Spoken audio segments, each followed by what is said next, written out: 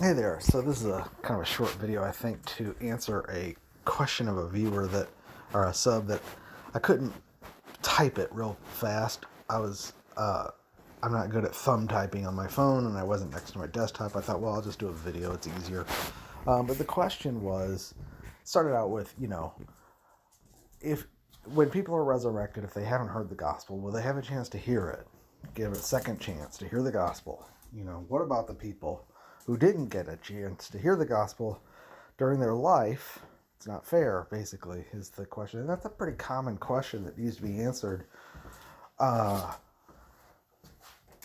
it's kind of based on the idea that, what is based on the idea that the gospel's sort of like in the corner somewhere. And, people don't understand it, and they may not believe it during their life. It may just not, they might not get around to it for various reasons, or,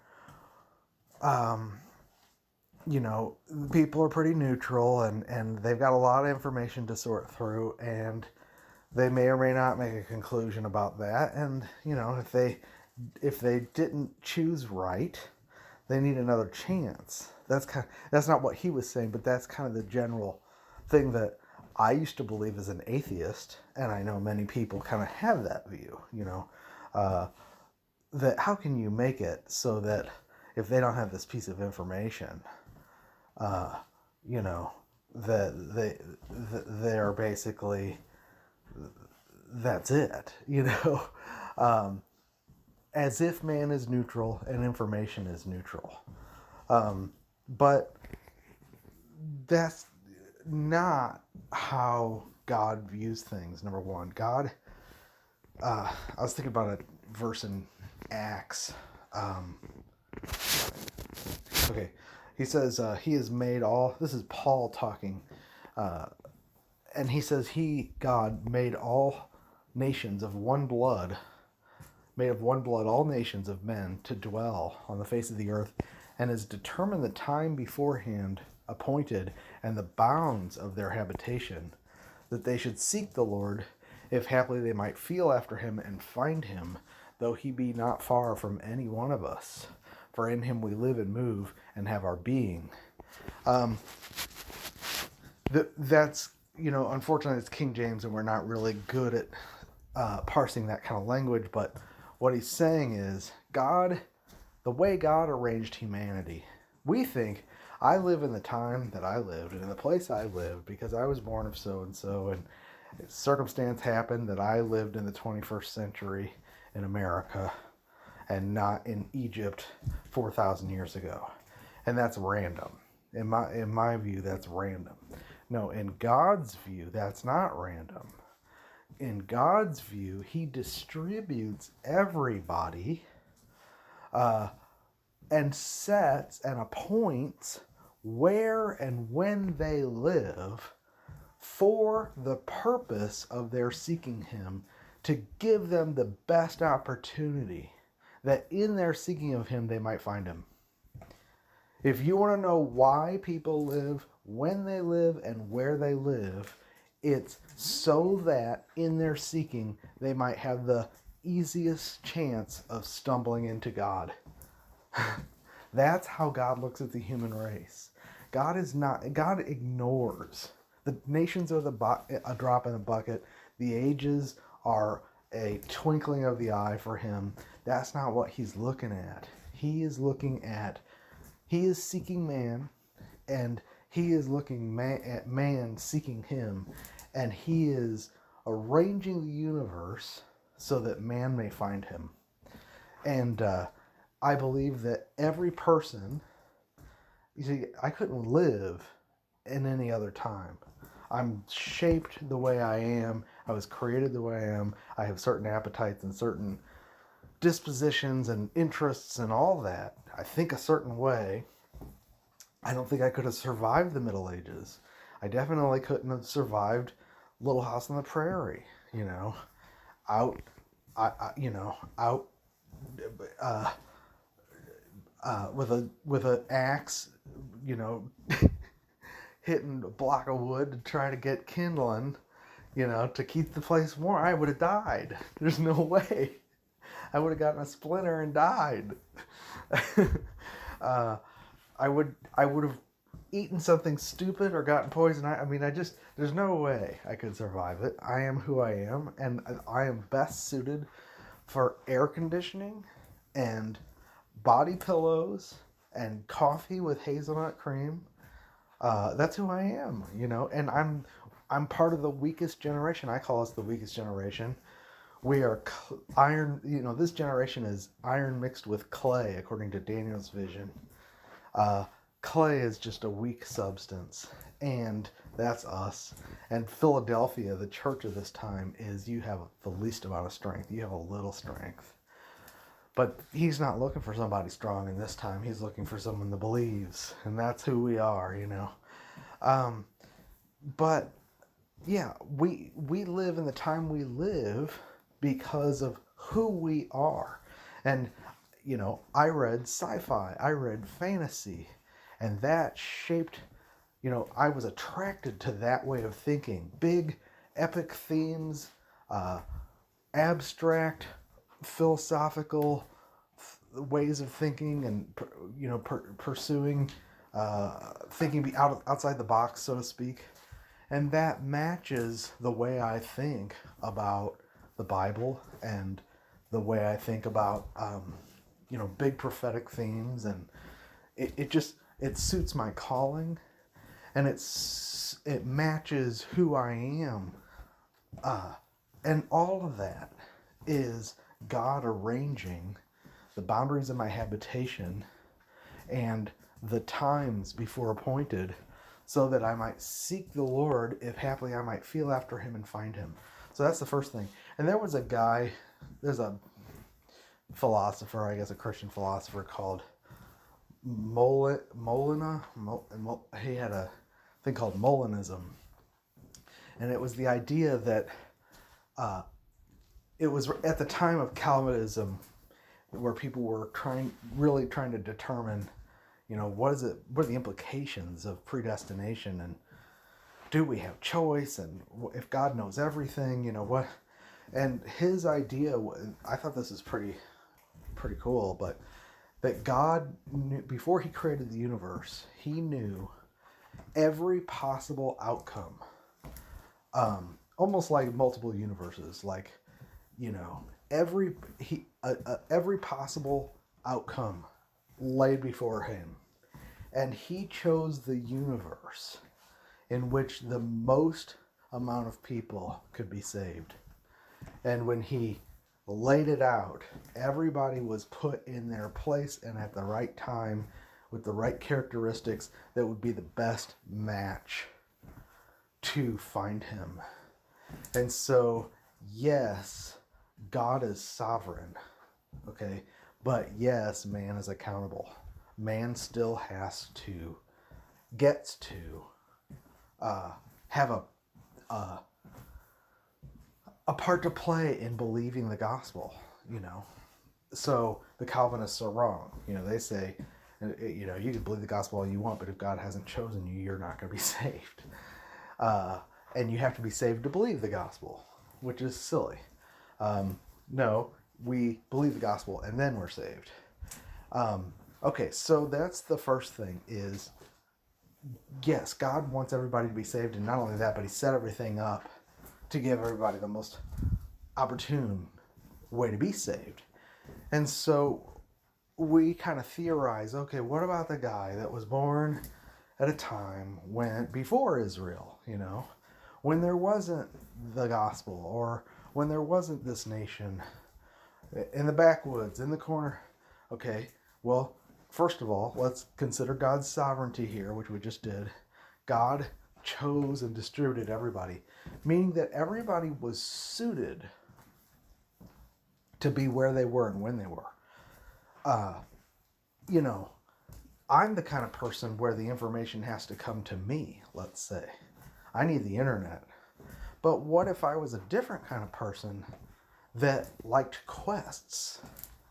You put me in a time 5,000 years ago when I had to go seek out Enoch go on a 5-month quest to this mountain where there was this teacher named Enoch before the flood who would tell me the ways of God. There were stories that people went to Shem, Noah's son, and to learn the ways of God. There's people who are the type of people that go on quests for knowledge, and they travel all over the world to pursue that. I wouldn't do that. If it's not on the internet and I can't drink coffee in my air-conditioned or heated venue while I'm pursuing it, then I'm not going to get much further. So there's that, okay? The people who lived at those different times were suited for those times. They lived in those times to aid them in their pursuit of God. Those times and where they lived matched who they are in their pursuit of God. That's how God distributed everybody in the universe. So that's an interesting piece of information to think about. How is God viewing where everybody lives and when?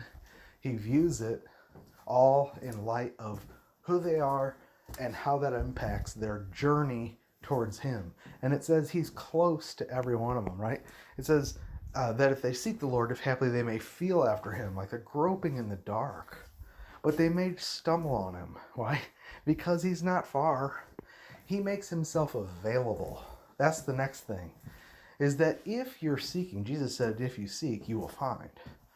God knows also who is genuinely seeking Him, and He sends people with His message. So not only are people going to go see Enoch, if they are the questing type, during the time when the internet wasn't available and you had to go to Enoch, but there were messengers who went out. God's always had prophets that went out. Jonah, he didn't want to, but he had to go to Nineveh, Even if you didn't want to go, God will make you go. But He's always sent people out. Okay, that's the nature of the gospel, is that it goes out. Now, the gospel, if you've listened to my Genesis, you know that the gospel was with us from the very beginning of mankind's history. That from the very beginning of the fall, God promised the seed of the woman who would come and deliver mankind from the bondage, from the curse, and would undo the work of Satan and bring life. And Eve was called the mother of the living, even though they should have died.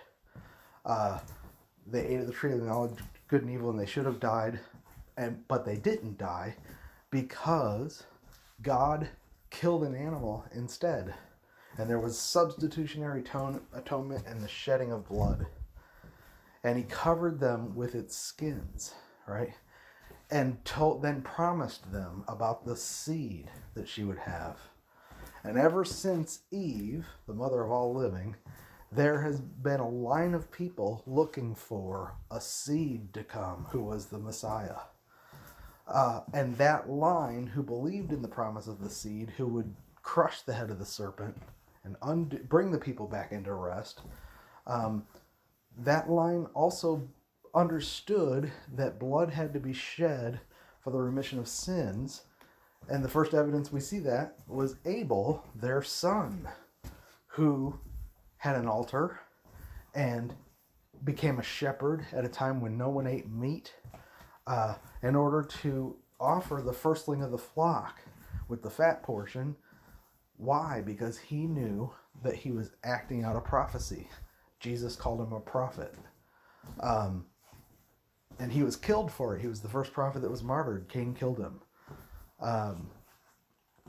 But along that line, from Adam to Abel to Seth, who replaced him, right, to Kenan to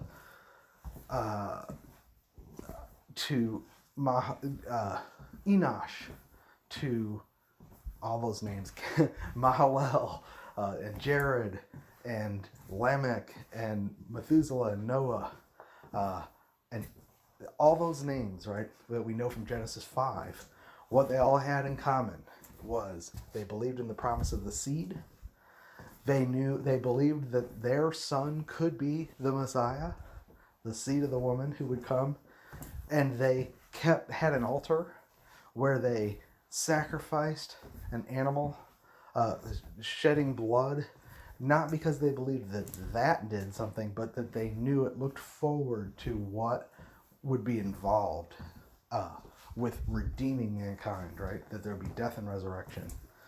And the entire human race from the get-go knew about this. Okay, this was not done in the corner. This was done publicly. Now, Cain went out from the presence of God because he was so offended by that story and that offering. And he created, he built the world system. He built the cities. His descendants built the cities. Because they were orphaned. They went out from God. They didn't have God to provide for them. And they hated the people of God. And they developed an alternative story, which was, with the help of fallen angels, by the way, but their religion, their story was a twisting of the same story, which was that actually Lucifer was the good guy. And he freed man from the bondage of ignorance by illuminating him with the knowledge of good and evil. And man is destined to be God. And so they had a religion where Satan was the protagonist and Jehovah was the bad guy. And that religion comes together ultimately at Babel after the flood. And that's a long story.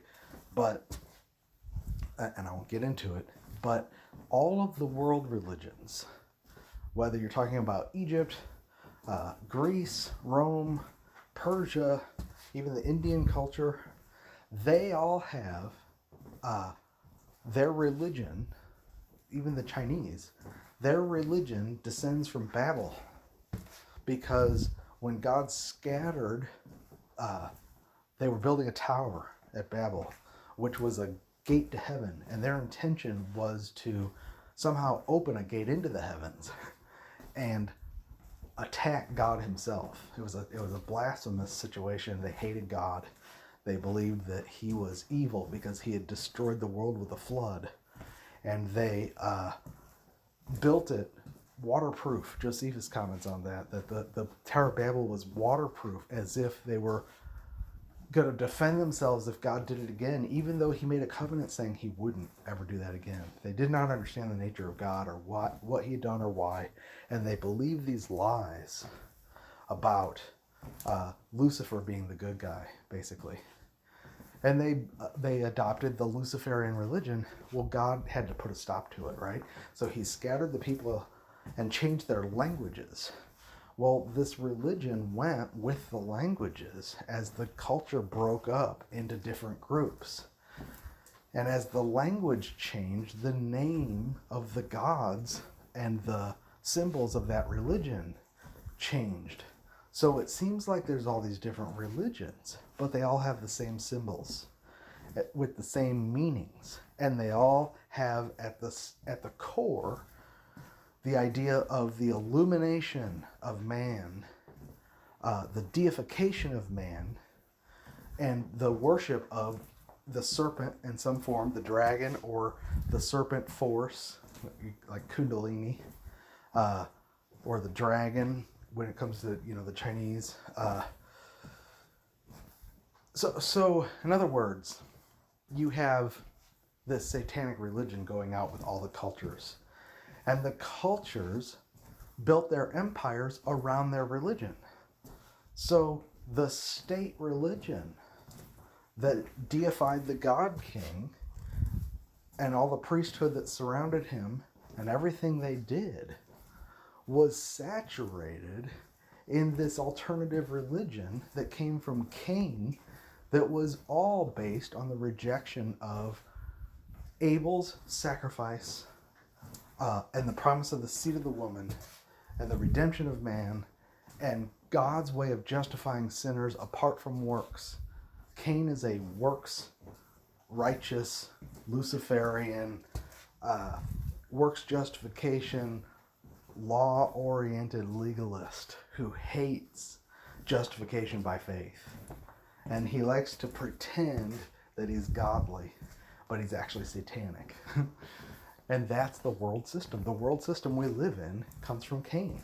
And at its root, the principle and the god of this world is Satan. It literally. So even culturally, there is no vacuum. There's no place where you can be in a vacuum where you have no idea what's going on if you're investigating at all what is the underpinnings of, the belief systems around you. Why do we do the things we do? Why do we believe the way we believe? What are we really doing here? You start investigating in that, you start finding out what people really believe. You are eventually gonna realize that the underpinnings of the culture are satanic, and that means that there's a kernel of truth to the fact that there's a spiritual warfare going on and that God is real. So just objectively, if you live in culture somewhere in human society, you've been touched by this. There is no vacuum. Okay, so then the other thing, Romans tells us that people don't not believe the truth because they're not convinced. People believe the truth and then reject the truth by suppressing it because they don't want to hear it. So he says, Romans 1:18, the wrath of God is revealed from heaven against all ungodliness and unrighteousness of men who hold the truth. Look at that. They hold the truth in unrighteousness. Some translations say they suppress the truth because it's to hold it down. They have the truth, but they hold it down in unrighteousness, because that which may be known of God is manifest in them. For God has shown it to them.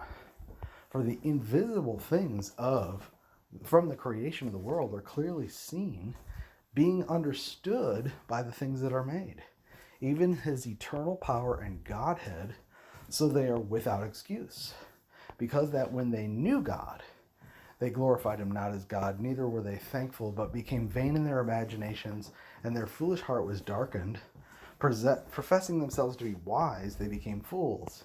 Then they changed the glory of the uncorruptible God into an image made like corruptible man, and to birds, and four-footed beasts, and creeping things. Therefore, God gave them up to uncleanness through the lust of their hearts, to dishonor their own bodies between themselves, who changed the truth of God into a lie, and worshiped and served the creature more than the Creator.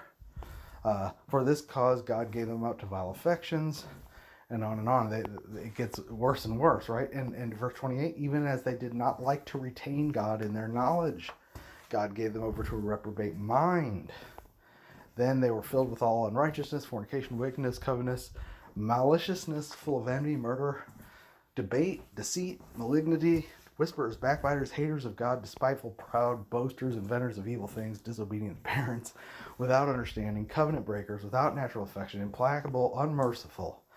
And they know the judgment of God, that they who commit such things are worthy of death. They not only do the same, but have the pleasure in those who do them. Whoa. All this evil. See, we think that God is mad at the evil. No, the evil is him delivering over people who have rejected the truth. And the reason he does it is out of his mercy.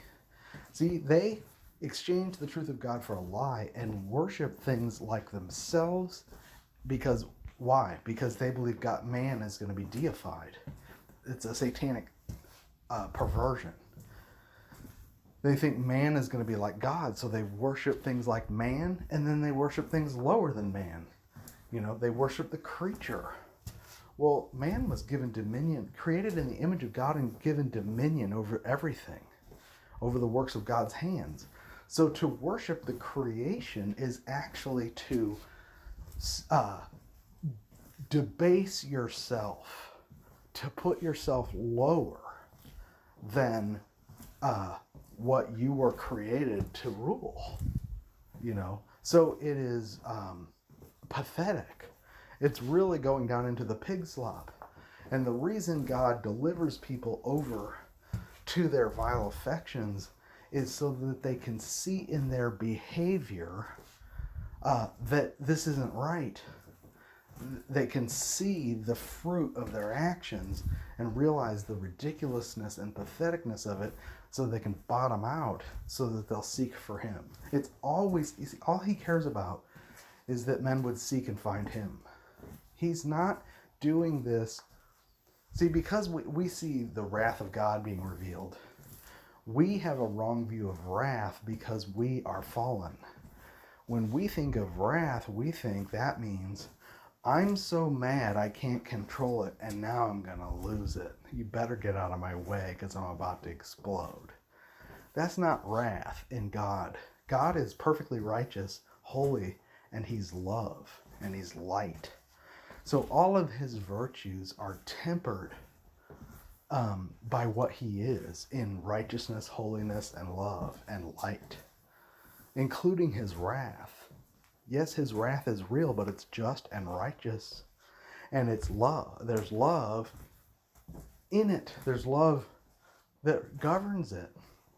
And so, yes, he does things in his wrath, but he's not out of control in his wrath, exploding in his anger because he can't control himself anymore. No, if he's revealing his wrath against unrighteousness, it's not targeted towards the unrighteous. He wants to justify unbelievers. He's the advocate. Satan is the accuser. He wants to justify men. He wants to reconcile them to himself. God was in Christ, not counting their trespasses against him. Reconciling the world to himself, not counting our trespasses against us, right? He's given us a ministry of reconciliation. He is for man. But he does have wrath against the unrighteousness. And you say, well, it's all those sins they're committing. No, God, that is like when you get sick and your body has a fever, you say, oh, good, he's got a fever. That means it's going to break the sickness. That's what it's like if you see somebody on drugs, sometimes the biggest prayer you can pray for them is that they would bottom out. The problem is they can manage it, They're on drugs, but they've figured out a way to manage it and slowly kill themselves. What you want is for them to completely wreck their lives, so there has to be an intervention. That's the mercy of God, But his wrath is revealed against the unrighteousness of those who suppress the truth in unrighteousness. That's what it is. So the kind of a tangent, but what it is here is that man does not believe. Man does believe.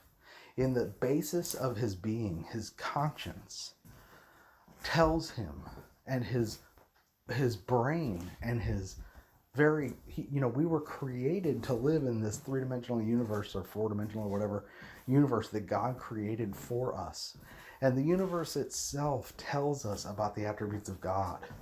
All through the Psalms, there's all these metaphors or whatever where they use like mountains and oceans and stars and the galaxies to depict aspects of God's attributes, his mercy, his love, his riches of his love towards us. His mercy is higher than the heavens. His thoughts towards us are more than the sands of the sea. If it gives us a sense of scale. If there was not a universe, God could not communicate what is the difference between big and small to us. We couldn't understand it. If he said, my thoughts are this big, my love is this big for you, you'd say, well, I don't know what that means. There's no universe, there's nothing to compare it to. Well, now we have a universe. He says, have you been to Mount Everest? Yeah. Well, my mercy towards you is higher than the peak of that mountain. Have you seen the sands of the sea?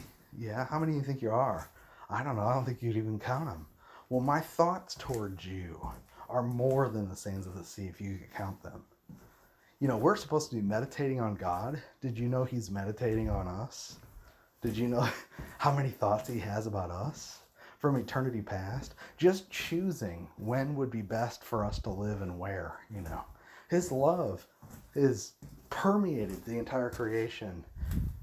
He created it for us, and then he put us in exactly the right spot, knowing each of us individually and what we would need to collide with him, knowing that there's a good chance that many of us will reject the truth.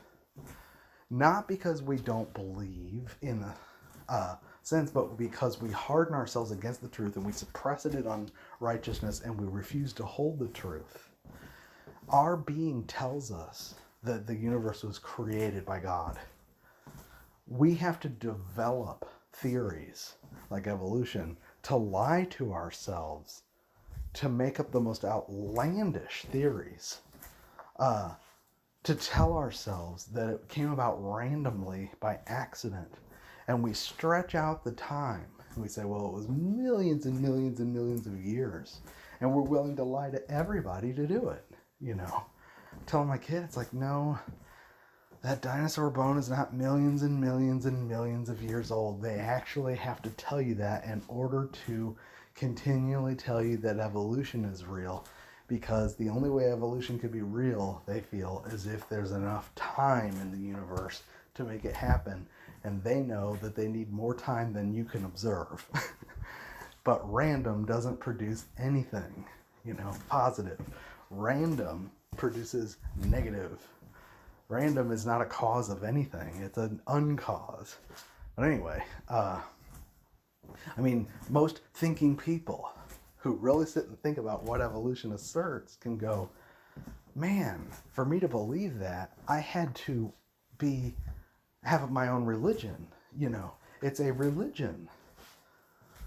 Naturalism and evolution is a religious view of the world that is designed to exclude God and come up with an answer that doesn't make sense in place of him. That is suppressing the truth of unrighteousness and not retaining God in our knowledge, right? Exchanging the truth of God for a lie and professing ourselves to be wise and become fools, becoming vain in our own imaginations because we're not thankful. Evolution is just, it's ridiculous. And it's held by people who are without excuse. The people who come up with evolution are the smart people who know the most that God is real. The people who develop the theory are the ones who are most in a position that they're fighting the hardest against their conscience and against the truth.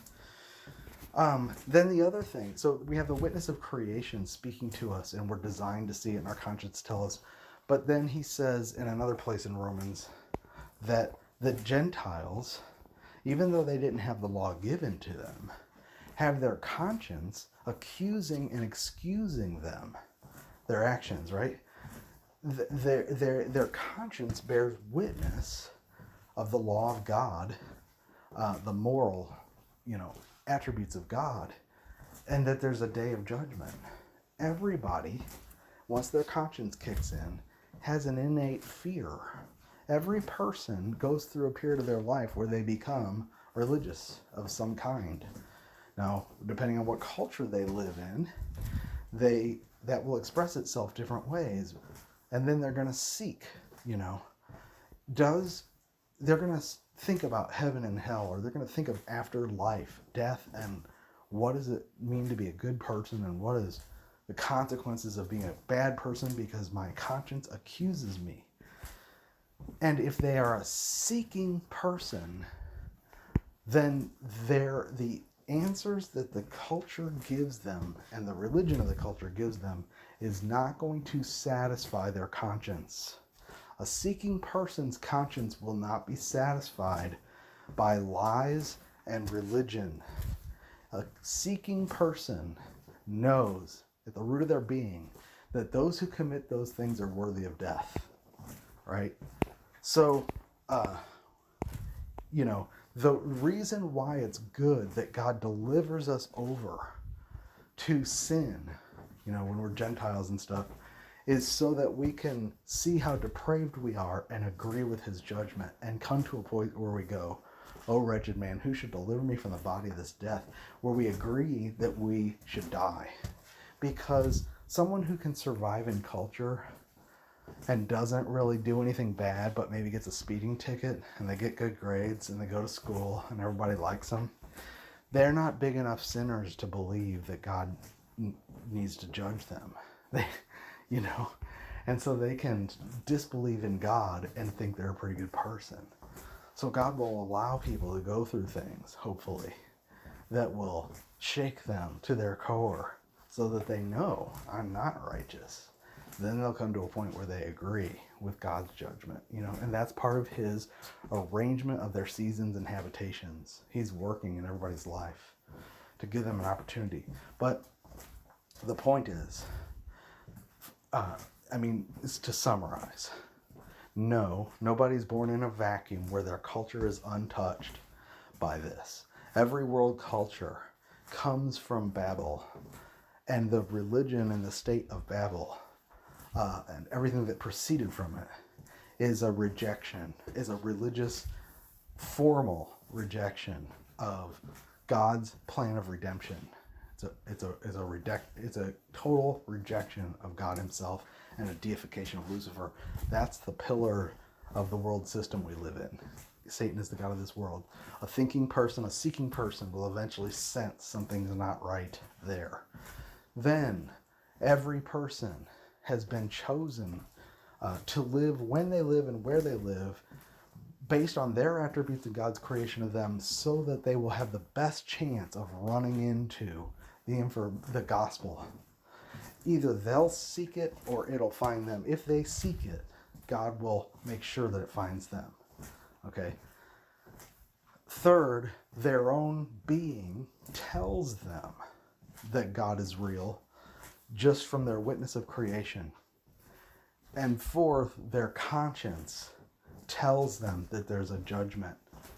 And all of that has to be satisfied, or they won't. A seeking person will not be able to rest until all of that is satisfied. Who can deal with my sins? Religion doesn't deal with my sins. Religion tells me to be a better person and says if you are, then maybe when you die, you can have rewards and not punishment. But my conscience tells me I'm already judged. If I'm really listening to my conscience, if I'm honest, if I'm a truth seeker. See, to be able to be satisfied with culture, or to be satisfied with religion, or to be satisfied with the answers from science, there has to be a denial in me of God and of the truth. I have to suppress the truth in unrighteousness. I have to lie. So the thing is, why do they do that? Why do we lie? Why, do we resist the truth? It's not that we just don't believe it, it's that we actually resist it and repress it and hold it down in unrighteousness and suppress it. Well, Jesus tells us that the light shine. This is the judgment, that light came into the world and men loved darkness rather than the light because their deeds were evil.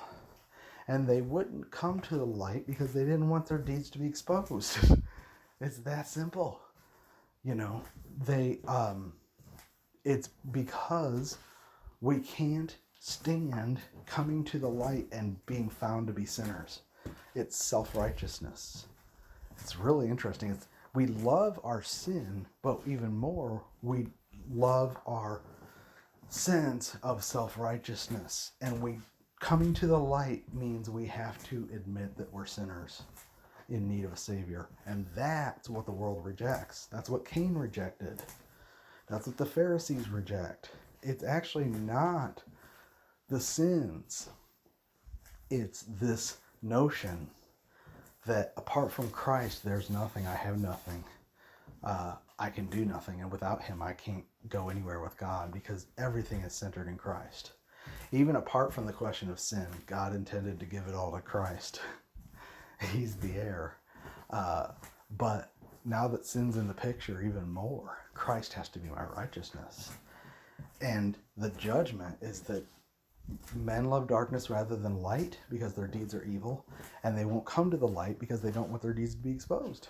They love the sin, but even more, they hate the idea of their sin being exposed. They could have their sin dealt with if they came to the light, and they know it, you know.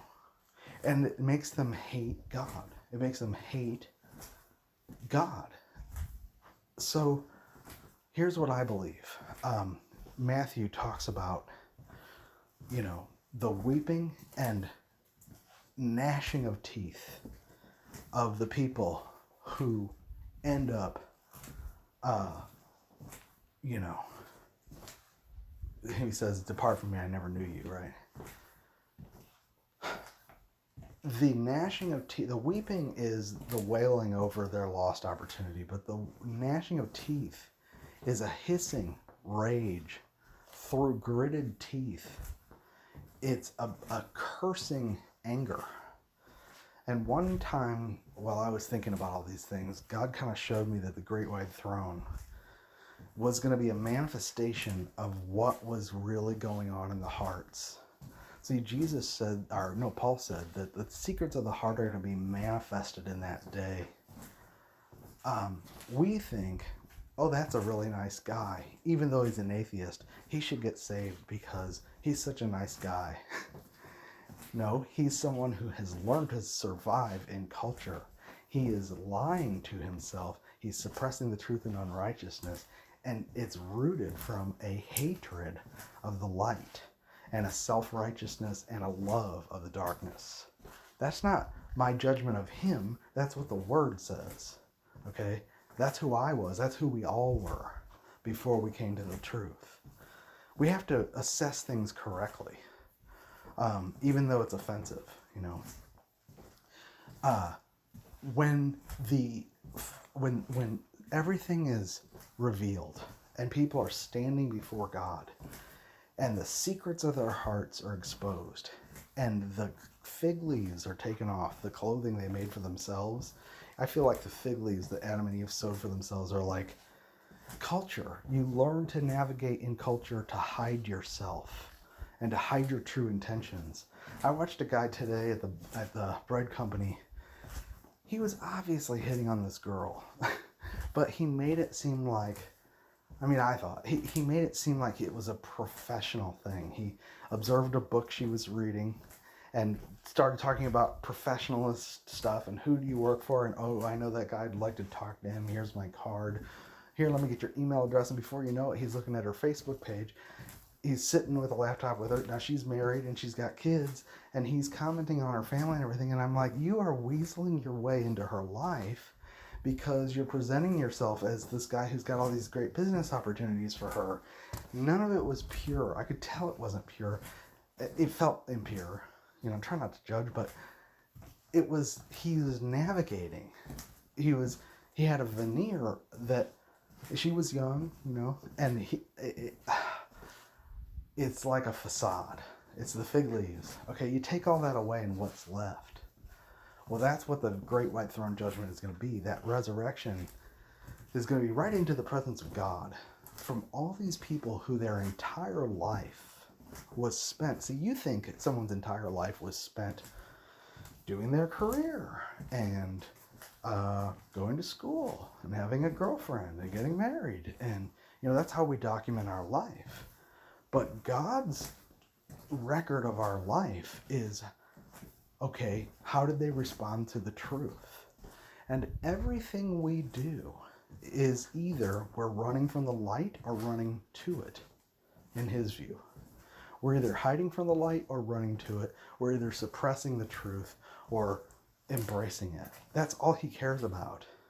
And his wrath is revealed against the unrighteousness of the suppression of the truth, the people who are holding it in unrighteousness and rejecting it. Well, at the great white throne, all of the veneer is going to be swept away. And people are going to be revealed as hissing and gnashing their teeth. And you're going to hear, I think, what I got a sense of is millions of people standing there blaspheming and cursing God. Not, oh, if I could have another chance, oh, please have mercy on me, please forgive me. Their hatred for God is going to be revealed. They've been holding it down and suppressing it the whole time, and now it's going to be released. And when they go into darkness, finally, if it's forever, it's going to be forever filled with that. Can't even imagine, So people are, when Paul got saved, Jesus kicked him off the horse and said, hey, it's hard for you to kick against the goads. And it was a pun. God uses puns a lot in Scripture. He was riding a horse and he fell off a horse, but Jesus referred to him as a horse. And kicking against the goads is what a wild horse that's unbroken does to its rider. And the rider has pricks who's trying to bring a horse, they'll have pricks in their boots that hurt the horse. So that if the horse is kicking, they'll prick it with the boots. And that represented Christ wrestling with Paul to defeat him. Paul was going murderously from city to city, throwing Christians into jail.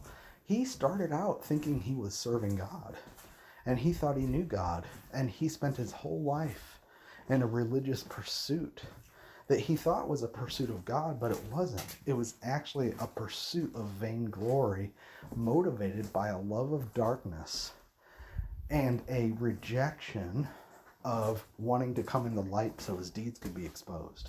He was a Pharisee. The Pharisees were like, these cursed people, they don't know the law. Don't they know that this is a sinner? We're not sinners like the Gentiles. They did not believe they were sinners. They took the way of Cain. And he was full of that. And so when he was going around, thinking he was righteous by the law, God was delivering him over to a reprobate mind so that it says he was breathing murderous threats and blasphemies. So like as he was going from city to city, he's muttering like a crazy man, And I mean, I'm sure that it was like full of foul language and everything. I bet he couldn't even believe what was coming out of his mouth. And he must have thought, well, I am totally obsessed. I am completely out of control. That was Jesus kicking at the goads, right? When Jesus finally appeared to him, he said, it's hard for you to kick against the pricks. That's what God's doing with every person, I believe, our entire life. It's not like he just leaves everybody alone, throws some information out there and says, well, if you find it, hopefully you'll find it. No, when I was reading that book on Molinism, and I don't recommend it. It's from the 1600s. It's all kinds of weirdo stuff. But this idea that God put the universe together based on the possibility of the most amount of people getting saved. But one thing the guy was talking about was the ambulatory principle, where he said, everybody is on the stretcher on the way to the hospital. Everybody. And the only way to get out of going to the hospital is to get up off the bed yourself and walk away. And most people, if you're on the hospital bed, you're really weak. You can't get up and walk away. So think about the amount of strength it would take to get up off the stretcher and walk away. And that's the kind of hardness exhibited in someone who, to the end, resists the kicking and the pricking of God against their conscience. God deals and wrestles and deals and wrestles. and uses creation and uses where he puts you and then gives you opportunity after opportunity, as well as your own failures and your own sin, everything he can, and brings the gospel to you in so many different ways. Nobody is going to get to that day and say, well, I didn't know. I mean, they taught me 2 + 2 is 4, but they also said there were multiple universes, and other people said that there might not be multiple universes, so I didn't know if there was a gospel or not. I didn't know what to believe. No, it's not that the gospel is one truth out of a million to choose from, and you're busy. This is the only thing that matters, and you know it, and God knows it. And he is working to encounter you wherever you might soften yourself and listen and embrace him. And he says, behold, I stand at the door and knock. And if anyone opens to me, I will come in and dine with him. He is waiting for us to just respond and believe. The only thing that can justify you before God is to believe his record concerning his son, to believe that he sent his son to die for your sins, because there's nobody else who can do anything about your sins. Every religion tells you that you have sins. Your conscience tells you you have sins. All the religions tell you that there's a chance that if you're good enough, maybe your goodness will outweigh your sins, and then there might be some hope for you. But guess what? There is no hope. In the Indian religion and Buddhism, I guess, with reincarnation, the idea is that you just keep getting reincarnated again and again and again. And hopefully you'll earn enough karma, good karma, in this life to outweigh the bad karma so that you'll get reincarnated in the next life into a slightly better position. But the goal is to eventually escape the whole thing and be extinguished. So the goal is nothing. Finally be released into nothingness. They call it Brahma. I mean, there's no hope in that. It's miserable. The Indian culture was absolutely flabbergasted that the West took to Eastern mysticism because it had been repackaged through the Beatles and made cool and mystical and everything. And they're like, you guys have no idea.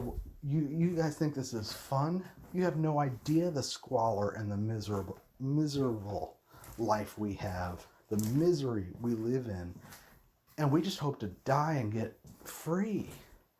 Nothing can deal with our sins. We'll never escape this. Those are people who have a sensitive conscience and yet not sensitive enough to realize there has to be an answer. No, that's not true, because there are millions of people that come to the knowledge of Jesus Christ in those situations. Because they realize that, look, there's no way for me to deal with sin in this. Only the blood of Jesus Christ can deal with my sin. God sent him to do what I couldn't do. God came to do what I couldn't do. He became a man and took the obligation on himself and paid the price.